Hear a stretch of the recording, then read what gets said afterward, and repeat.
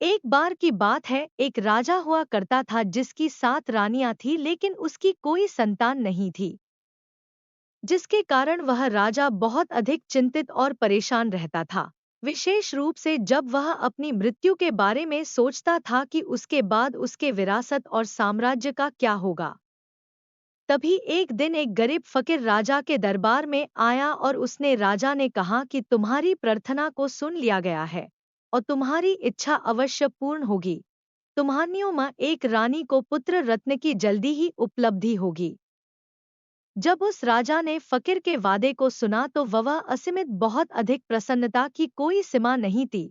उसने आने वाले उपयुक्त अवसर की तैयारी के लिए अपनी सभी प्रजाओं को साथ में अपने साम्राज्य को तैयारी करने का हुक्म दिया। इस विच सातों रानियां शानदार विलासालय में राम पूर्वक अपने सैकड़ों दासियों की सेवा में रहती थी और उनके हृदय को तृप्त करने के लिए हर प्रकार के स्वादिष्ट पकवान और मिठाइयों की भी बहुत सुंदर व्यवस्था की गई थी। अब राजा को शिकार करने का बहुत अधिक शौक था। एक दिन अपने शिकार पर जाने से पहले उनकी रानियों ने राजा के पास संदेश भेजा और कहा कि मेरे स्वामी, आप हर तरफ शिकार करने के लिए जाना, केवल उत्तर दिशा में मत जाना, क्योंकि हमने एक बहुत बुरा स्वप्न देखा है, जिसके कारण हमें बहुत अधिक भया है कि आपके साथ उत्तर दिशा में कुछ बुरा हो सकता है। राजा ने उन सब की चिंताओं के कारण उनकी विनती को स्वीकार कर लिया और उसने अपनी रानियों से वादा किया कि वह उत्तर दिशा में शिकार करने के लिए नहीं जाएगा और उसने दक्षिण दिशा की तरफ से शिकार शुरू किया, लेकिन उसका दुर्भाग्य उसके साथ चल रहा था। उसको बहुत समय गुजर गया और उसे उस दिशा में कोई भी शिकार नहीं मिला, यद्यपि वह निपुणता से शिकार करने में वह अभ्यस्त था। पूर्व और पश्चिम दिशा में भी हुआ, क्योंकि वह एक महान शिकारी किस्म एक खिलाड़ी राजा था। उसने निश्चय किया कि खाली हाथ अपने महल में वापस नहीं जाएगा। इस तरह से उसने अपनी रानियों से किए गए वादे को भूलकर वह उत्तर दिशा की तरफ में शिकार की खोज में चल पड़ा। इधर भी सर्वप्रथम शिकार करने में असफल रहा। फिर उसने शिकार को आज बंद करके महल में वापस जाने का विचार कर रहा था, लेकिन आखिर में उसे इस दिशा में शिकार करने का मौका मिला जब उसने देखा एक सफेद और सुनहरे रंग की हिरनी को, जिसका सिंग चांदी के समान था, जो घने जंगल में जिससे वह गुजर रही थी उसमें से चमक रही थी। राजा ने जैसे ही उसको गुप्त रूप से देखा, जब वह आगे चली गई, तुरंत उसको मारने के लिए अपनी मरती हुई इच्छा के साथ एक बार फिर से तत्पर हो गया, कुछ ऐसी ज्वलंत इच्छा के साथ उसको पकड़ने के लिए। और उसने देखा पास ही में उस विचित्र अद्भुत प्राणी स्तन जिसमें दूध भरा हुआ था। उसने तत्काल अपने सिपाहियों को आदेश दिया कि इस घने जंगल के इलाके को चारों तरफ से घेर लिए जाए। इस तरह से राजा के सिपाहियों के द्वारा बनाए गए घेरे में वह हिरनी आ गई।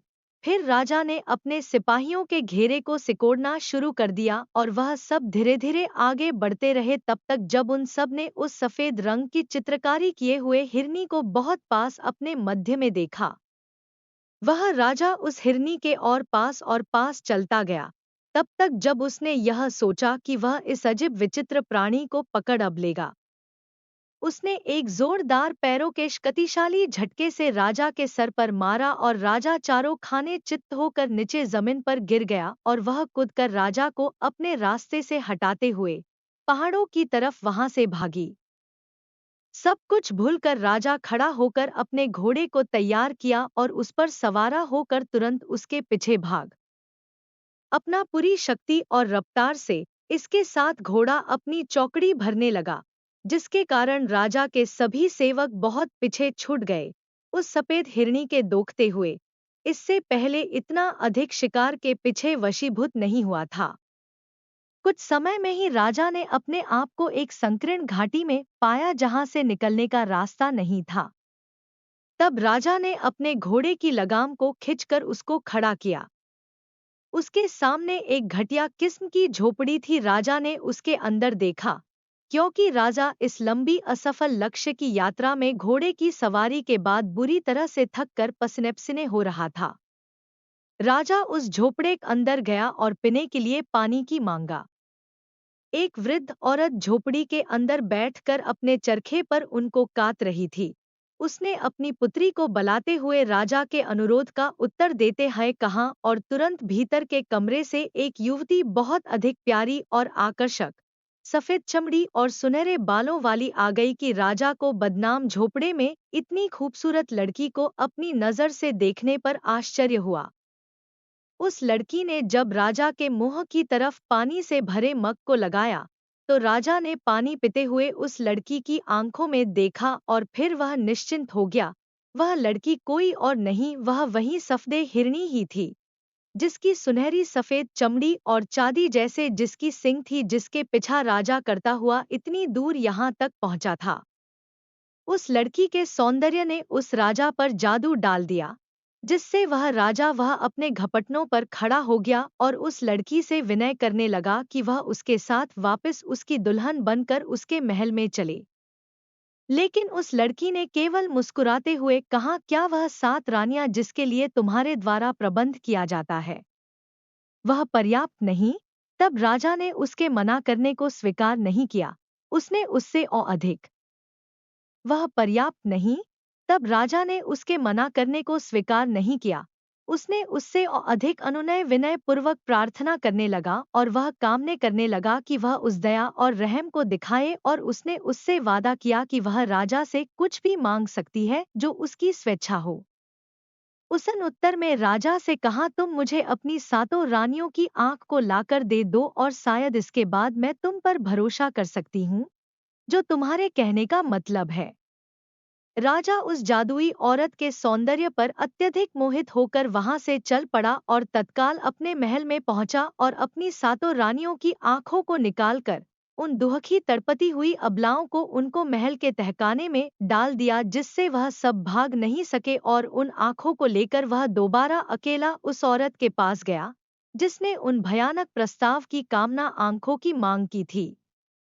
उस बदसूरत झोपड़े के पास जो संकीर्ण घाटियों के मध्य में था, जब राजा उसके पास आंखों को लेकर पहुंचा, तब वह सफेद हिरनी केवल बहुत तेज से कुरूपता के साथ हंसी उन 14 आंखों को देखकर और उन सभी आंखों को एक तागे में पिरो दिया एक हार की तरह से, और उसको अपनी वृद्धा माँ के गले में डालकर अपनी माँ से कहा कि इसको हमेशा गले में पहन कर रखना, जब तक मैं तुमसे दूर राजा के महल में रहूंगी।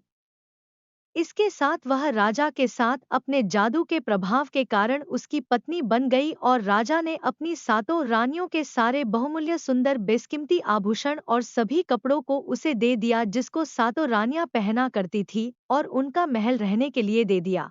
इसके साथ 7 रानियों की सभी दासियों को उसकी देखभाल के लिए रख दिया गया। इस तरह से उसने वह सब कुछ प्राप्त कर लिया जिसकी उसको कामना थी। अब इसके बाद बहुत जल्दी ही 7 कुंठित, लाचार, बेसहारा, असहाय रानियां जिनकी आंखों को निकाल लिया गया था उसके पति राजा के द्वारा और उन सब को कैद में डाल दिया गया था। उनमें सबसे बड़ी रानी से एक बच्चे को जन्म दिया।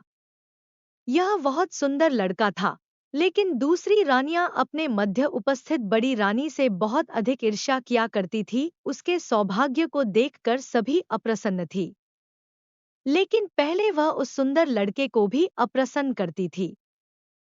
जब उस लड़के ने यह सिद्ध कर दिया कि वह उन सब के लिए बहुत अधिक उपयोगी है, तब वह सब उसको पसंद करने लगी और उसे अपने बेटे की तरह मानने लगी, और थोड़े ही समय में जब वह उस तहखाने में इधर उधर घूमता तो उसने तहखाने की छत को खरोच खरोच कर एक अतुलनीय कार्य को अपने हाथों से किया। पहले एक छोटा सा छिद्र बनाया, फिर उसको बड़ा बनाकर उससे में घसीट घसीट कर रेंगता हुआ बाहर निकल गया। कुछ घंटों तक गायब रहा और वापस आया तो अपने साथ कुछ मिष्टान और खाने पीने का सामान लाया, जिसको सामान रूप से बांटकर उसने अपनी सभी 7 अंधी रानी माताओं को दिया। जैसे ही वह बड़ा हुआ उसने उस दीवार के सुराख को और बड़ा बना लिया, और वह उस सुराख से हर रोज दिन में 2-3 बार बाहर जाता और आता था और वहां बाहर छोटे बच्चों के साथ खेलता था। सारे दूसरे बच्चे उसको छोटू कहकर बुलाते थे और उसमें से कोई नहीं जानता था कि यह छोटा बच्चा कौन है, लेकिन हर आदमी उसको पसंद करता था।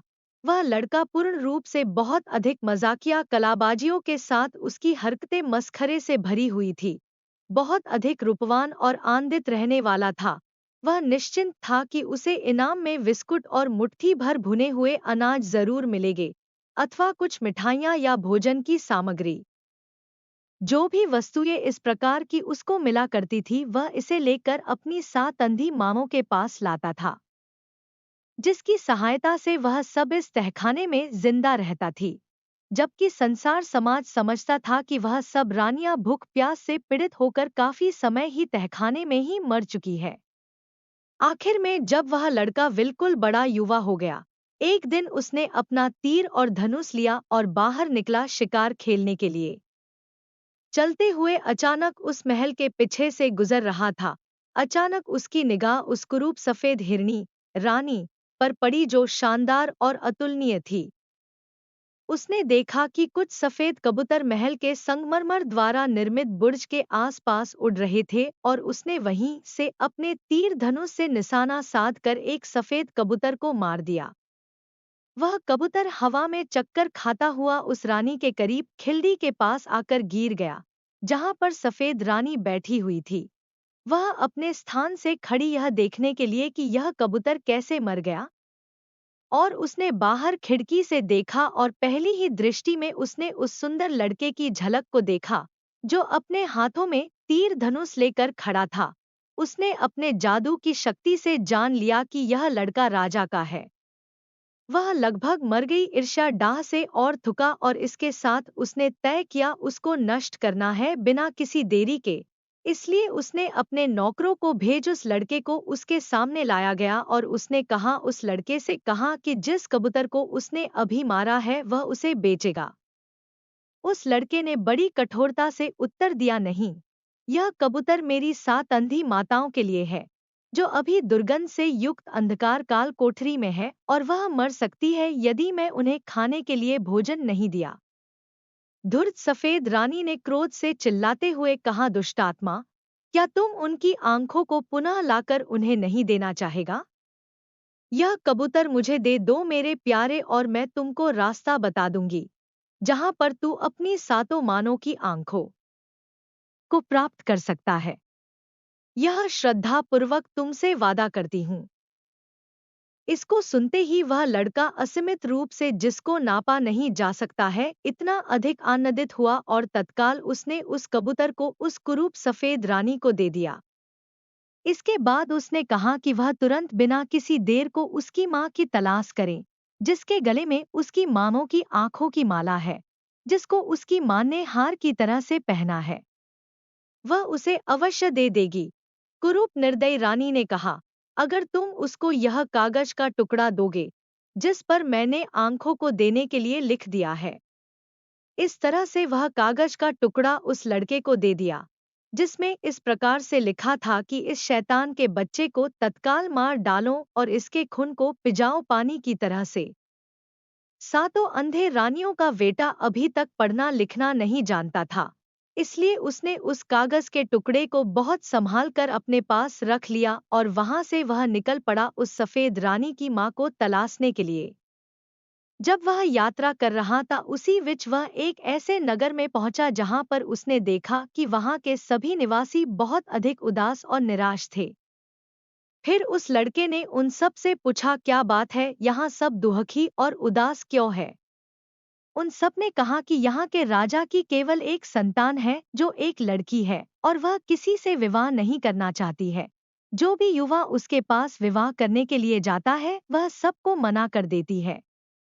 इस तरह से जब उसके पिता की मृत्यु हो जाएगी, तो इस राज्य और इस राजा की विरासत की कौन देखभाल करेगा? यही सोचकर उस राज्य का प्रत्येक निवासी दुखी और उदास है।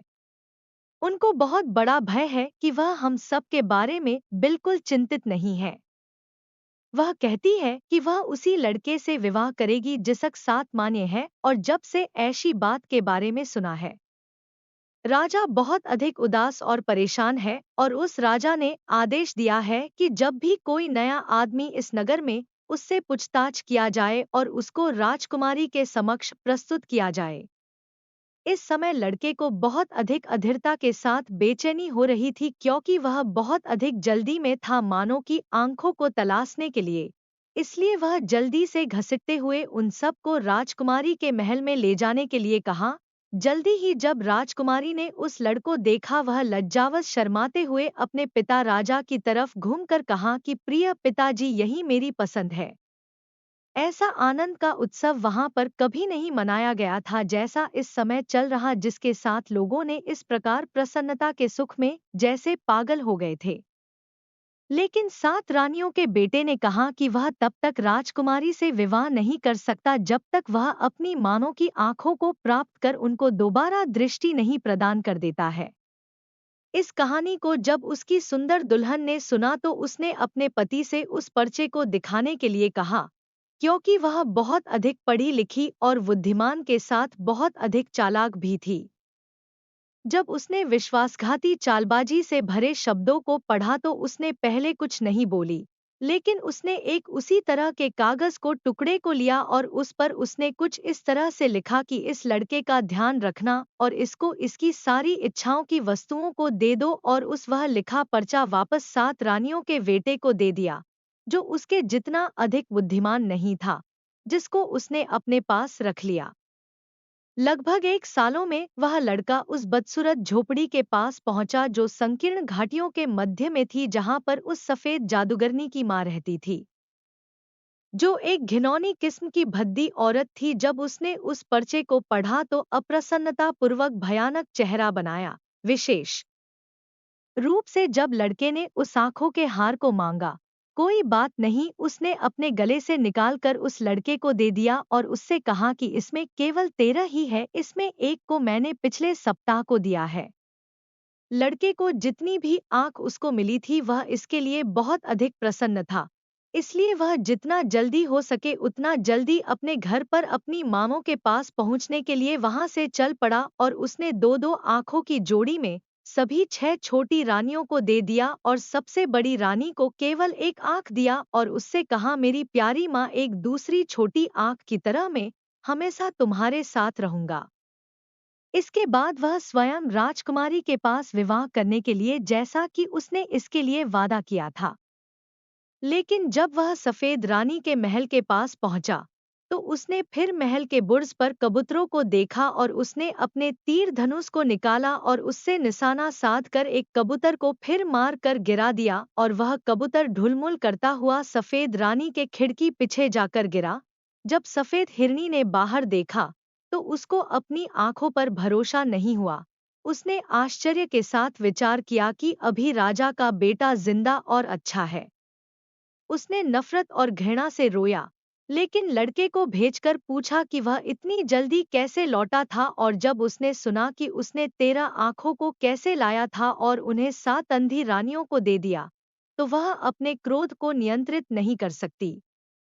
फिर भी उसने अपनी सफलता के साथ मशहूर होने का नाटक किया और कहा कि अगर वह यह कबूतर भी दे, वह उसे जोगी की अद्भुत गाय के साथ इनाम देंगे, जिसका दूध पूरे दिन बहता है और तालाब को एक राज्य के रूप में बड़ा बना देता है। लड़का कुछ भी नहीं कहा, उसे कबूतर दे दिया। उसके बाद उसने पहले उसे गाय के लिए अपनी माँ से पूछने के लिए कहा और उसे एक पत्रक दिया जिस पर लिखा गया था, बिना किसी असफलता लड़के को मार डालो और उसके खून को पानी की तरह छिड़क दो।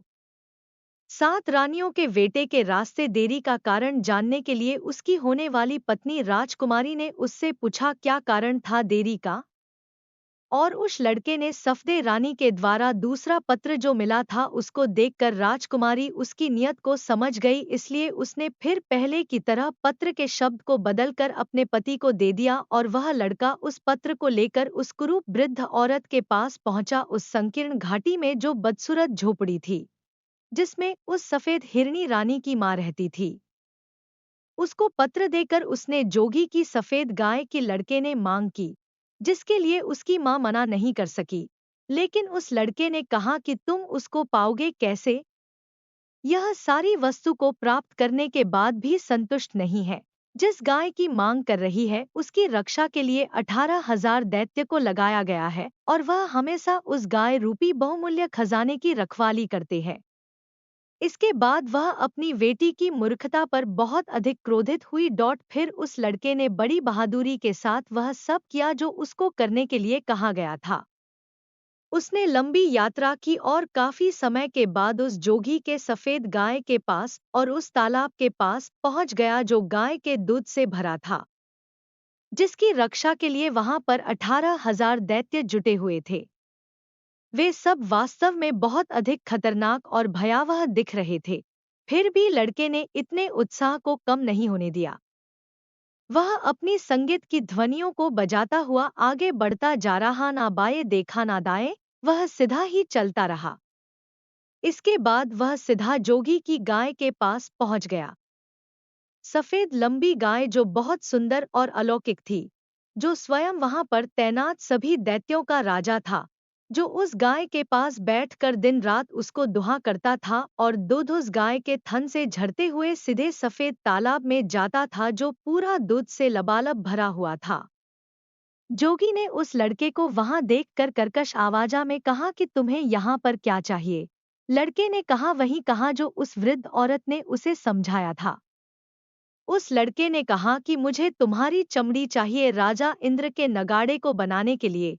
उन्होंने कहा है कि तुम्हारी चमड़ी उनके नगाड़े के लिए अति उत्तम होगी। इसको सुनते ही जोगी ने कांपना शुरू कर दिया, क्योंकि किसी जीन जोगी में यह सामर्थ्य नहीं है कि वह राजा इंद्र के आदेश को नकार सके। और लड़के पैरों पर गिरकर रोने लगा और कहा, जब तुम किसी तरह से मुझे छोड़ दोगे तो इसके बदले में मैं तुमको कुछ भी दे सकता हूँ, यहाँ तक अपनी सफेद गाय को भी। इस पर 7 रानियों का बेटा थोड़ा हिचकिचाने का बहाना किया और अंत में तैयार हो गया।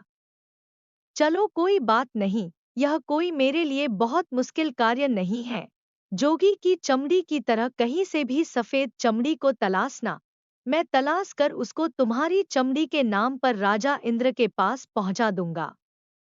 इस तरह से उसने उस सुंदर सफेद गाय को हाँक कर अपने साथ लेकर वहां से चल दिया और वह सारे खड़े होकर उसका मुंह देखते रहे, क्योंकि उन सबको राजा इंद्र के क्रोध का बहुत भय था। उसको लाकर अपने घर पर बांध दिया, जिससे उसकी सातों माँओं को बहुत आनंद हुआ। वह सब उससे सुबह से शाम तक उस गाय का दूध निकलती रहती थी और अपने जरूरत के हिसाब से दही, घी, मक्खन आदि बनाती थी और दूध को बाजार में बेचने के बजाय उससे मिठाइयाँ बनाकर बेचती थी, जिससे उन सब काफी अधिक आमदनी बढ़ गई और वह सब बहुत जल्दी धनी और धनी बनने लगी। यह सब आराम पूर्वक जीवनयापन को देख सातों मामों के बेटे ने हल्के हृदय से राजकुमारी के साथ अपने विवाह बारे में विचार करने लगा। लेकिन जब वह उस सफेद हिरणी के महल के पास से गुजर रहा था, उसने स्वयं को उसके बुर्ज पर उड़ते कबूतरों का शिकार करने से नहीं रोक सका। ऐसा करते ही एक कबूतर उसका शिकार होकर सफेद रानी के महल के खिड़की के बाहर लुढ़कते हुए गिरा, जिसको देखने के लिए सफेद रानी ने अपने खिड़की से बाहर झांका और उसकी निगाह फिर सातों रानी के बेटे पर गई तो वह अंदर ही अंदर बहुत अधिक क्रोधित होते हुए वह पहले से और अधिक सफेद हो गई। क्रोध के साथ उसने थूका और उसने उसे अपने पास बुलाया और उससे पूछे कि वह वापस कैसे आ गया। जब उसने सुना कि उसकी माँ ने उस लड़के साथ कितनी विनम्रता के साथ व्यवहार किया और उसके कार्य को सिद्ध करने में सहयोग किया, यह सब सुनकर वह अंदर ही अंदर कुढ़ती रही, लेकिन उसके अपने चेहरे से व्यक्त नहीं होने दिया। इसके बदले उसने बड़े प्रेम से मुस्कुराते हुए कहा, यह तो बहुत अच्छी बात है कि तुमने वह जोगी की सफेद गाय को प्राप्त कर लिया है। इसके साथ उसने कहा कि यह कबूतर मुझको दो, इसके बदले में मैं तुम्हें लाखों टन चावल एक रात पैदा होने वाले चावले विजो को पाने का रास्ता बताऊंगी। वेसक इसको सुनकर लड़का पहले से अधिक प्रसन्न हुआ। इस बात के साथ उसने उस कबूतर को उस सफेद रानी के हवाले कर दिया और इससे पहले उस रानी ने एक पत्र लिखकर उस लड़के दिया, जिसमें लिखा, इस लड़के को मार डालो और कभी असफल मत होना और इसके खून को पानी की तरह से बहा दो। फिर से उसने उस पत्र को होने वाली बीबी राजकुमारी को दे दिया।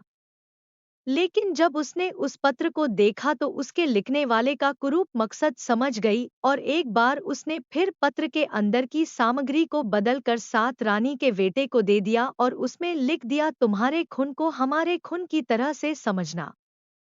अब लड़का उस संकरी घाटियों में एक बार फिर उस बदसूरत झोपड़े में जहां पर उस कुरूप सफेद हिरनी की मां रहती है, और वहां लड़का उसको पत्र देते हुए कहा है कि उसे लाखों टन चावल एक रात में ही पकने वाले चावल का विज चाहिए। इसके सुनने के बाद उस औरत ने कहा, यह कैसे मांग सकता इस प्रकार के चावल के विज को जो केवल एक रात में लाखों टन पके चावल में बदल जाता है। उसको उसके ऊपर बहुत अधिक क्रोध आया, वह लगभग क्रोध से लाल हो गई, लेकिन अपनी बेटी के भय के कारण उस लड़के को कुछ नहीं बोला।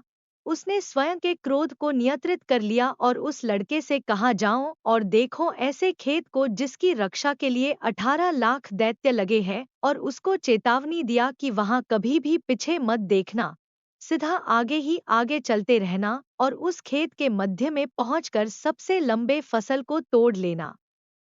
इस तरह से 7 ऋषियों का बेटा वहां से चल पड़ा और जल्दी ही उस खेत के पास पहुंच गया जिसकी रक्षा के लिए 18 लाख दैत्य लगे थे, और वहां पर वह लाखों टन चावल एक रात में तैयार करने वाला चावल का पेड़ खेत में सबसे मध्य में उगा था।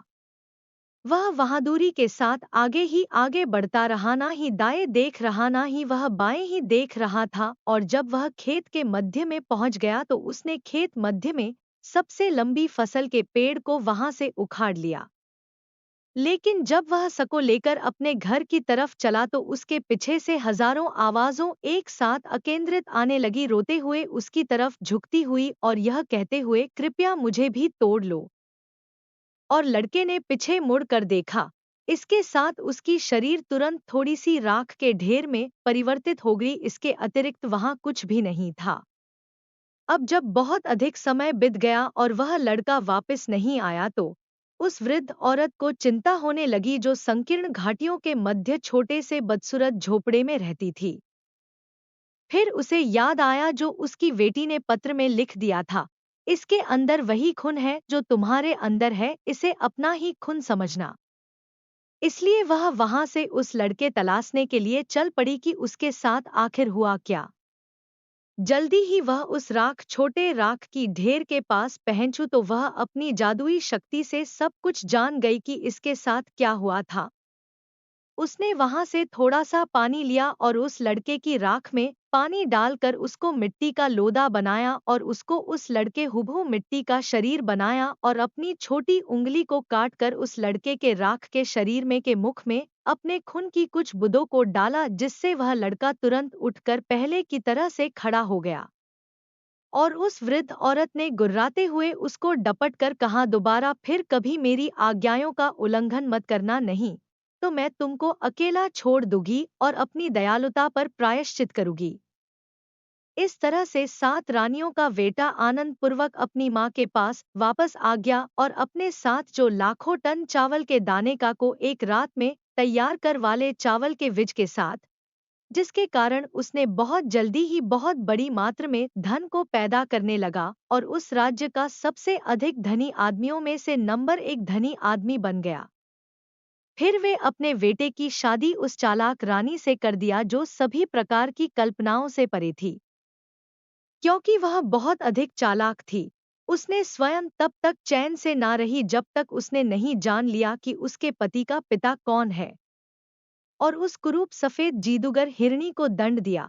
इस तरह से उसने अपने लिए बिल्कुल वैसा ही महल का निर्माण कराया जैसा कि पहले 7 रानियों का महल था, जिसमें 7 रानियां रहा करती थी, और उसमें से सफेद कुरूप हिरणी रानी को निकालकर बाहर कर दिया गया और 7 रानियों को उसमें फिर रहने लगी। और जब सब कुछ उसके इच्छा के अनुकूल हो गया तो उसने अपने पति से कहकर शानदार भोजन उत्सव कराया और पूरे राज्य की जनता के साथ सब बड़े बड़े सारे राज्य के सज्जन पुरुषों को आमंत्रित किया गया। और जब राजा ने रहस्यदर्शी रानियों के बारे में सुना तो उसने अपनी गलती को माना और अपने पुत्र के आमंत्रण पर वह भी उत्सव में सम्मिलित हुआ।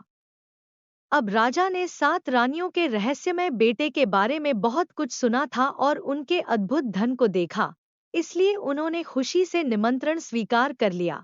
लेकिन जब वह महल में प्रवेश किया और यह सब देखकर आश्चर्यचकित हो गया तो उसने पाया कि यहाँ हर किसी के लिए खुद का प्रतिकृति था। और जब उसका मेजबान बड़े पैमाने पर परिधान किया गया, उसे सीधे निजी हॉल में ले जाया गया। जहाँ शाही सिंहासन 7 रानियां बैठी थी।